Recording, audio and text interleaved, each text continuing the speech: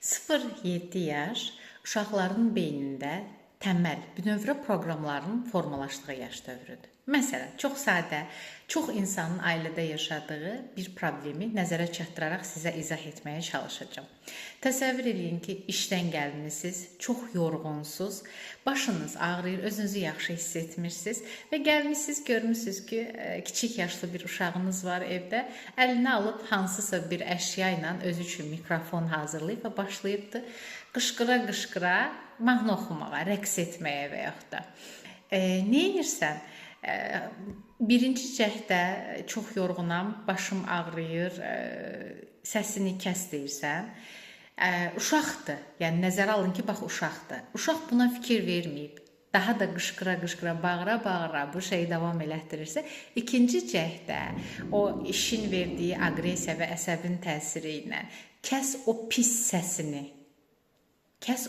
səsini deyərək uşağı susturmağa çalışırsan.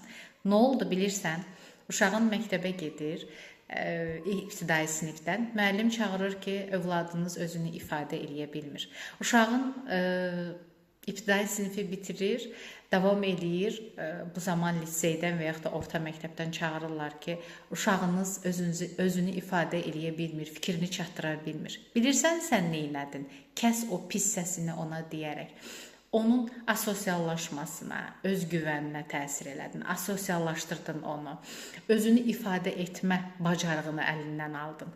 O uşaq əgər özü zamanla bacaracaqsa, onu bir neçə problem illərcə yaşayandan sonra həll edərək bu problemi aşacaq.